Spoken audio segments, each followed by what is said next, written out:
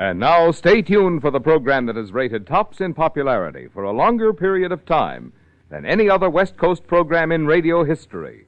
The Signal Oil program, The Whistler.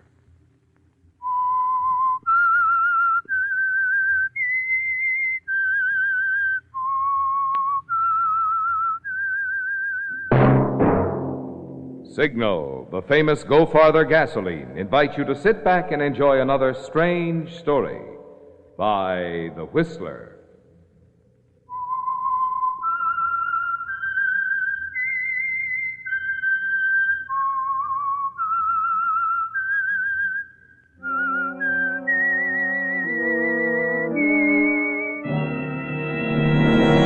I am the Whistler, and I know many things, for I walk by night. I know many strange tales hidden in the hearts of men and women who have stepped into the shadows. Yes, I know the nameless terrors of which they dare not speak. And now for the Signal Oil Company, the Whistler's strange story. His own reward.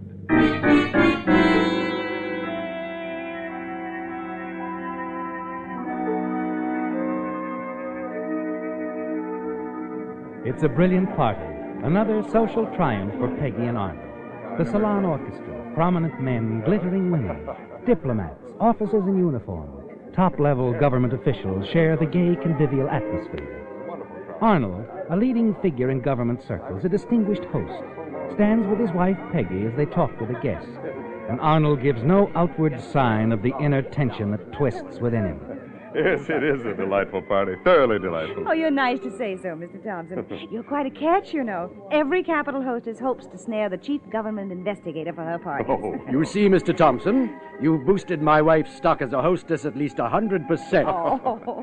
Believe me, Arnold, it's my pleasure. Oh, excuse me, will you? I think I see a late arrival. Yes, go right ahead. Of course, Peggy. She's an amazing woman, Mr. Thompson. Parties are her life's blood. And she should be thriving. And I'll soon be insolvent. How are things going with you since your recent exoneration? I'd prefer not to discuss the investigation. It's over and done with. And fortunately, you were exonerated. But what I ask you is, how have things been going since then? Since then, Mr. Thompson, my position has been status quo. I have remained in the same job while two subordinates have been promoted to positions which would have meant a great deal to me. Well, perhaps there are reasons for their appointments, Arnold. Reasons you know nothing about. Nonsense. If I had it to do over again... You do exactly as you're doing. No, I wouldn't. Why should I sacrifice... In times like these, Arnold, everyone must sacrifice. Oh, times like these. I'm tired of that phrase. Well, I had no idea you felt as keenly as you do. Well, it's just that... Oh, everything seems to have gone wrong lately. I didn't really mean to take it out on you, Mr. Thompson. You know how it is. Oh, excuse me, dear, but there's a gentleman waiting to see you in the study. A gentleman? Who? I really don't know, dear, but he did say it was important. Try not to be long, dear. Friends Art's due to play any moment now. Friends Art? He's the musician I told you about. Oh, yes, of course. Excuse me, Mr. Thompson. Of course, Arnold. Oh, it's you, George. Is it your habit to appear at private parties uninvited? Hardly. But you're becoming rather difficult to see these days, Arnold, especially where your creditors are concerned. I'll talk with you tomorrow. You'll talk with me tonight. But that's impossible, George. My guests... Of very important people, I'm sure. That's why I suggested we talk in private. You'd feel rather badly if any of them happened to overhear us. What's so important that it can't wait till tomorrow? These IOUs. I told you I'd pay you next month. That was last month. You've been telling me that for a long time. I want the money now, before your other creditors move in. Listen to me, George. In a few weeks, I'll have enough to pay every dollar I owe and a great deal more. You've said that before. But I've been planning this deal for weeks. I'm so certain of it that... Well, suppose I give you part of what I owe you right now and the rest when I complete the deal. Well, I suppose a part of a loaf is better than none. But I expect the remainder within 30 days. You'll have it.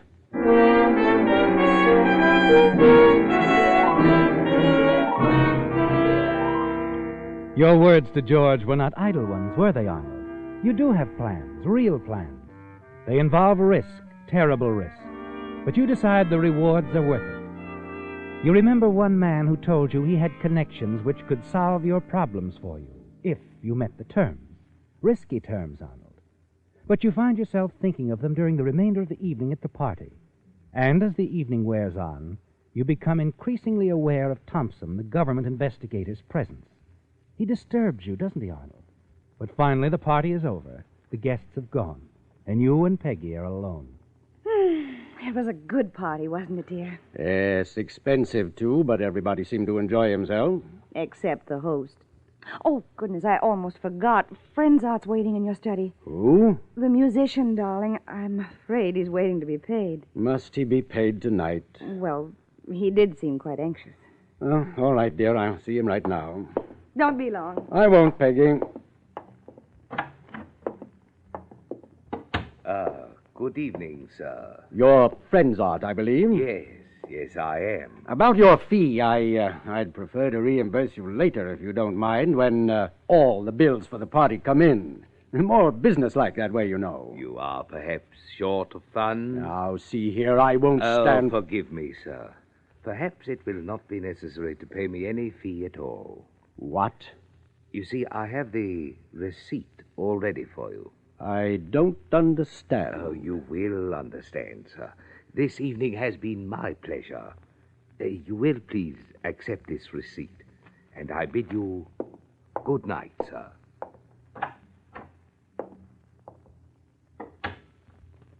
If you are interested in talking with someone who appreciates and admires your ability and is willing to reward you handsomely to secure it, meet me at the Blue Lantern tomorrow night at 11. Ask for John.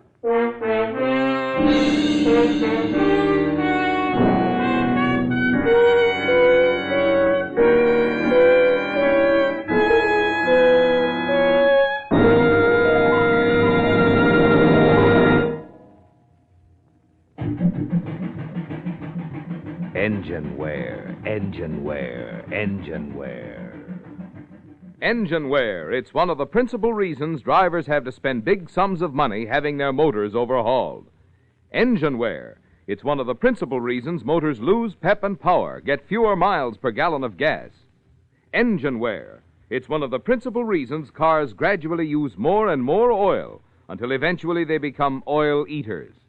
No wonder automotive and petroleum engineers for years have sought ways to reduce engine wear. And now at last, Signal reports startling success with an amazing new motor oil that reduces by 50% engine wear due to lubrication. That means your car can now keep its light new pep and power twice as long. It means you can now enjoy low oil consumption twice as long if your car isn't already an oil eater. So if you want to be good to your car and your pocketbook, too, drain out that lazy old motor oil. Have a Signal dealer refill your crankcase this week with Signal Premium, the amazing new Signal oil that reduces engine wear due to lubrication 50%. Engine wear.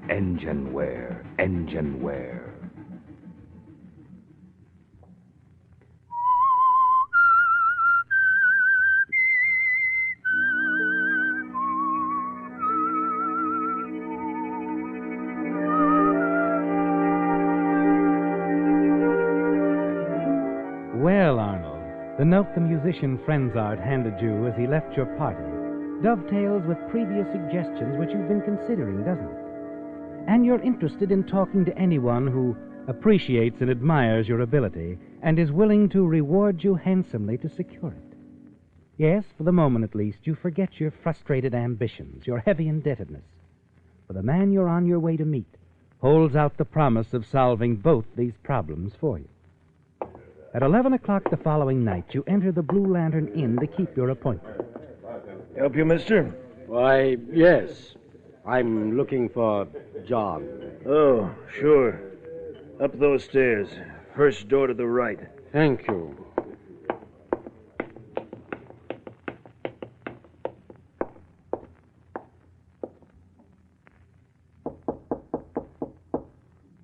Who is it? John? You are very prompt. Will you come in, please? You? Frenzart, you're John. Names are not important. You may call me John. Please sit down. You are the one who wrote me the note? Admiring your qualities and ability. Indeed, I am, Arnold. I've heard a great deal about you from one of my associates. So? Yes, I have watched you for some time. I've recognized your brilliance, your ability. Yes, even your ambition. That is good. You're just the man we are looking for. Go on, John. It has distressed me to see such brilliance wasted, your ability bypassed. I have seen your frustration grow. I'm not sure I understand. You, Arnold, and people like you are on the wrong side of the fence. The position of your government is ill-advised. No wonder you find it impossible to adjust yourself. You belong with us. Most Americans honestly believe in what they're fighting for. Perhaps they do. But others, even friends of yours, realize the folly of the American position. I know. They've spoken to me about it. These people are sure that your side cannot win. This ideal, this freedom you are fighting for, is just a mirage. All the bloodshed, the suffering will have been for nothing. Why are you so sure of this? Because our manpower is unlimited. Yours is limited. And in the final analysis, our power will be the deciding factor. Perhaps you're right. Oh, believe me, Arnold, I am right. You're too brilliant a man to waste your efforts on a losing cause that has already cost thousands of young lives. By working with us, you can help bring this unrest to an end, assure peace for generations to come. And above all, your efforts will be appreciated and handsomely rewarded. That'll be a new experience at any rate, and a pleasant one. As I have pointed out, your government has shown how little they appreciate you. John, in your note, you mentioned that you would be willing to... To reward you handsomely. For one thing, I am prepared to pay you $100,000. $100,000. And what do you expect of me? We are interested in that installation north of New York. But what can I do about that? Oh, nothing. Until you become head of this installation. You have already applied for the position, I believe. Yes, I have. I've contacted everyone I know who might be able to help me get it, but so far I've heard nothing. Obviously, I cannot help you. You must get that appointment any way you can. And if I shouldn't get it? Then I'm afraid we cannot do business. I see. But surely a man with your contacts can arrange this. I will keep in touch with you, Arnold.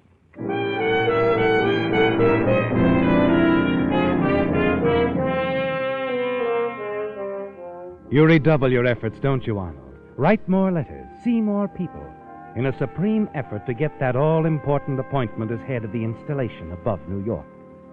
John's evaluation of you, your brilliance, perception, and ability, spurs you on and conjures up bright dreams of position, power, and recognition.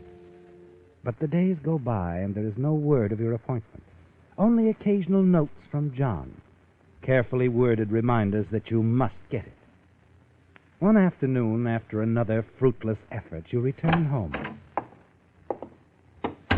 That you, Arnold? Yes, Peggy. Oh, if you'd have arrived just 5 minutes earlier, you could have helped me entertain a caller. Really? Sorry, dear, I was held up. Oh, you look tired, darling. Let's go in the study and sit down. All right. Mr. Thompson said to tell you hello. He said... Thompson. He was here. Oh, yes, I told you we had a caller. Don't you like Mr. Thompson, Arnold? You always react to him so strangely. What did he want? To visit, I guess. Heaven knows we chatted our heads off. What about? Oh, just friends, acquaintances in the government, that sort of thing. Oh, he left a note for you. A note? Where? On the writing desk. What did he say? Well, it just says, sorry to have missed you. I told you it was nothing important. Peggy, did he write the note here at the desk? Well, yes, he did. Why? Did he go through my papers? Arnold, what on earth are you driving at? Did he go through my papers here in the desk? I really have no idea. I was called to the door when he sat down to write the note. And he'd finished when I came back.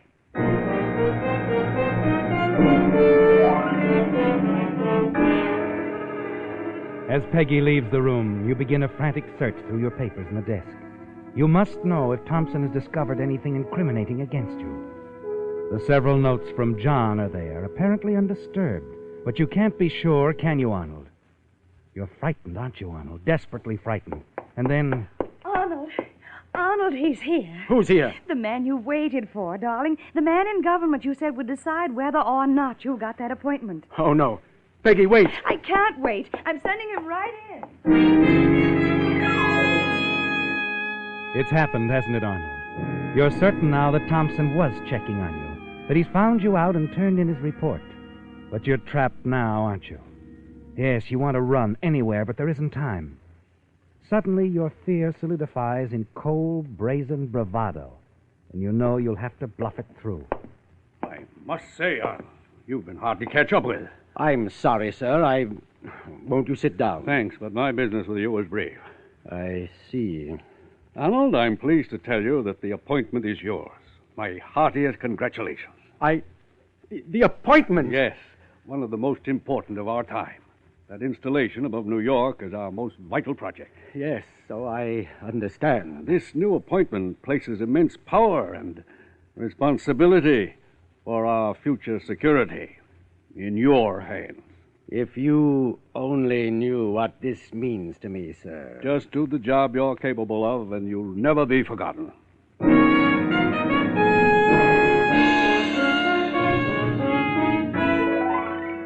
You're stunned with surprise, aren't you, Arnold? You can hardly believe the appointment is yours. Events move quickly now. You're soon established in your new office in complete control of that important installation, just the way you've planned. And as soon as it seems safe, you arrange to meet again with John at a secluded spot in the country. You are to be congratulated, Arnold. You are now in a position to accomplish our purposes. I'm also in a position to lose everything, and I have more to lose than I had the last time we talked. Yet you got in touch with me. I must presume that our offer still interests you. Position, money, you will go much farther with us. Suppose something goes wrong. Nothing will go wrong. You might be caught, and if information about the installations were found on you, I would be suspected too. Suppose you are. By the time it is discovered, you will have changed your address. Arrangements have already been made for your transfer once your end of the deal is completed. And the money? When am I to be paid? $50,000 when you give me information that will enable my men to get inside the place. You'll get the remainder when the final step succeeds. You have the money with you? 50,000, yes.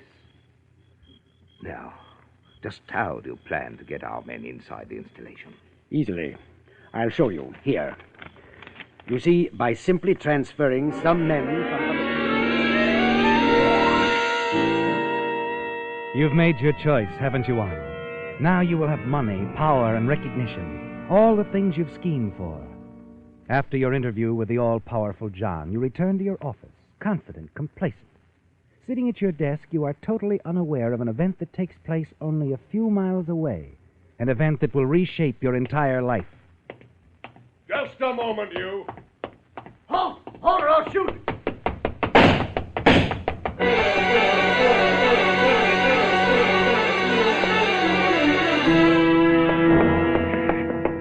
He's inside somewhere. We'll find him. Come on.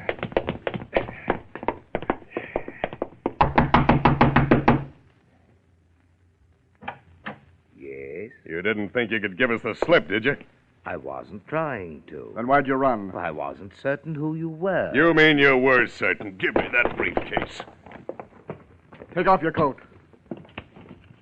Now your shoes. Never mind the shoes, Dave. Look what's in his briefcase. Where'd you get these papers? Oh, please, gentlemen, you don't expect me to divulge. These plans could have come from only one of 2 or 3 sources. Is that so? Yeah, only 2 or 3 people could have got a hold of these. You seem to have the answer. You're under arrest. We'll soon make sure who's selling us out.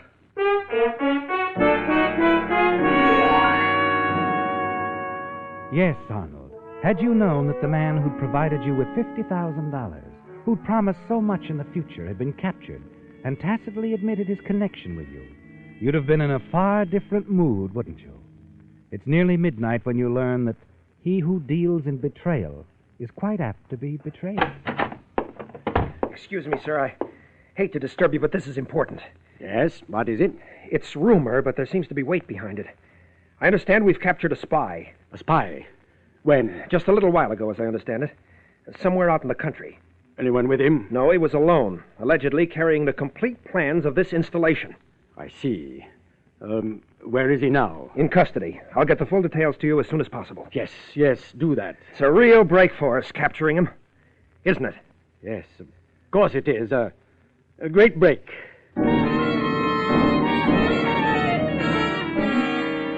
Fear, panic explodes inside of you, doesn't it, Arnold? If it's true, if John has been captured, then all your scheming and plotting may have been in vain. You realize you must move and move fast. You need time as you've never needed it before. You rush home.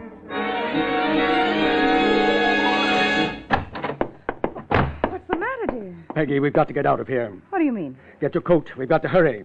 What have you done? Look, Peggy, there isn't time now. We can talk later, but what I did for you as well as myself. Now we'll have money, power, position, Peggy, everything we've wanted. And just where will we go, Arnold, and how? It's all arranged, Peggy. We're leaving the country. I wonder who that is. You'll have to answer it. No, wait. Yes, I guess you're right. I'll get it.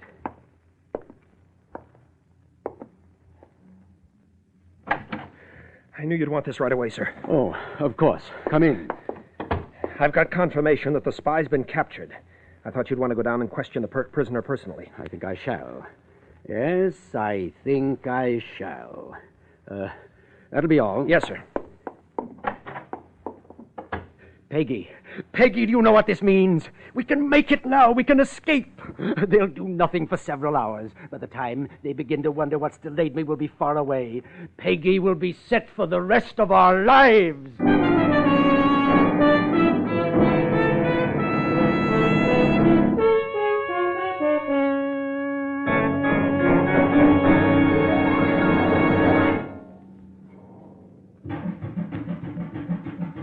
Engine wear. Is engine wear causing your expensive motor to wear out twice as fast as necessary? It is if you're still using lazy motor oils that merely lubricate. Here's what I mean. In amazing new Signal Premium Motor Oil, special properties are engineered into the oil through the marvels of modern chemistry. As a result, new Signal Premium not only reduces engine wear due to lubrication 50%, but also protects your motor in all these important extra ways. 1, keeps oil rings clean and free. 2, controls and reduces harmful engine deposits, such as carbon, gum, and varnish. 3, prevents sticking of hydraulic valve lifters. 4, stops acid corrosion and rust. Best of all, new Signal Premium Motor Oil gives you all this extra protection at no increase in price. Good reason to get your next oil change at a Signal service station. Change this week to the amazing new Signal oil that reduces engine wear due to lubrication 50%. Engine wear.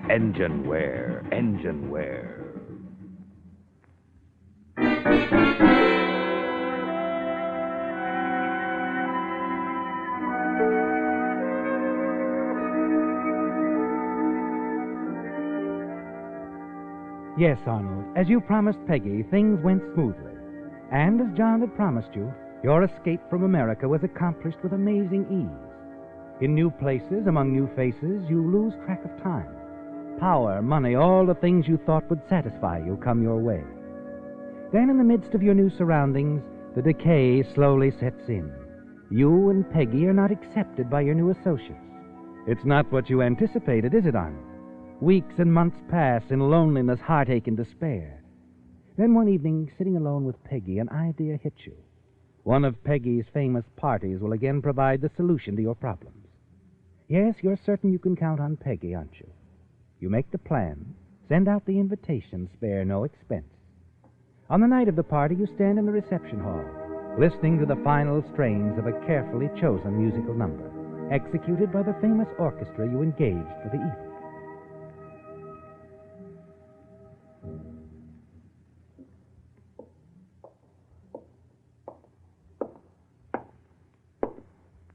Do you wish us to play any longer?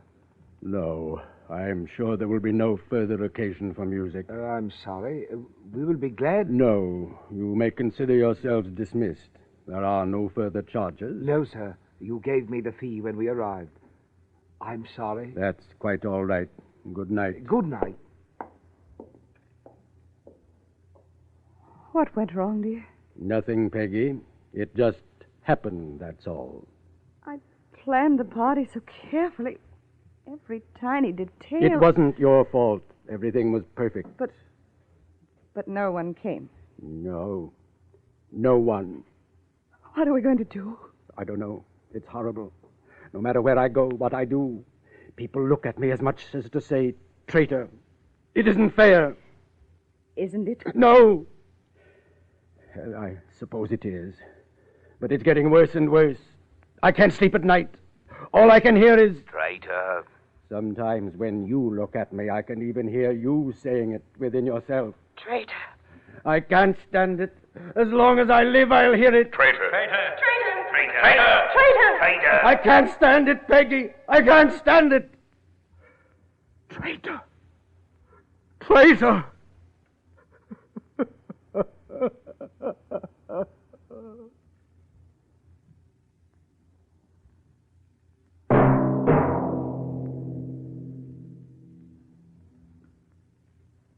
Many of you have undoubtedly recognized tonight's Whistler story was based on the events in the life of America's arch traitor, Benedict Arnold.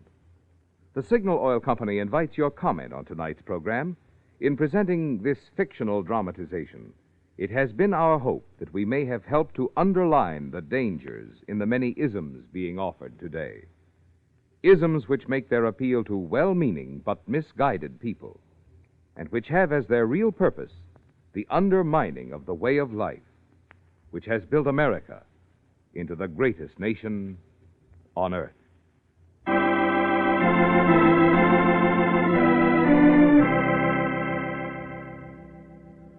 Firmly with faith in the right, here will we stand, God our only confessor, here on the shores that to freedom were born.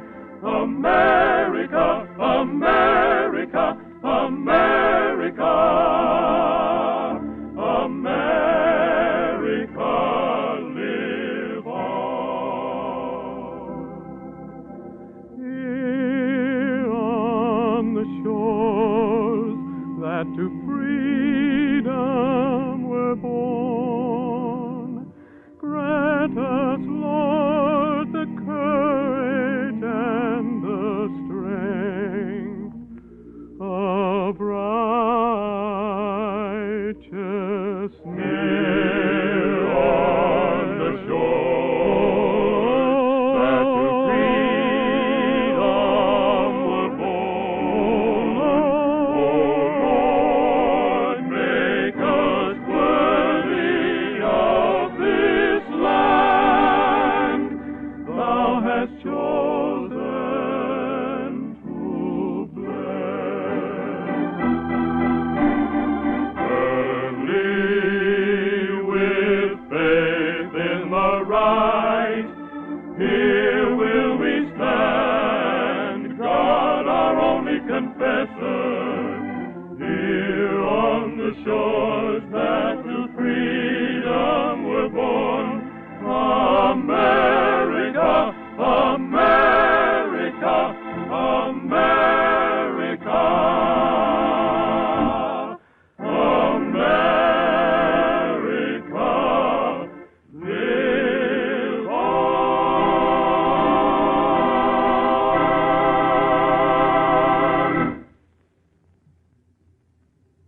This is Marvin Miller speaking for the Signal Oil Company. Stay tuned to Our Miss Brooks, starring Eve Arden, which follows immediately over most of these stations. This is CBS, the Columbia Broadcasting System.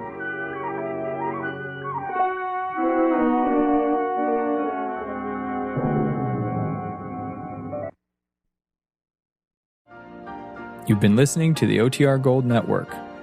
Find more classic radio at otrgold.com.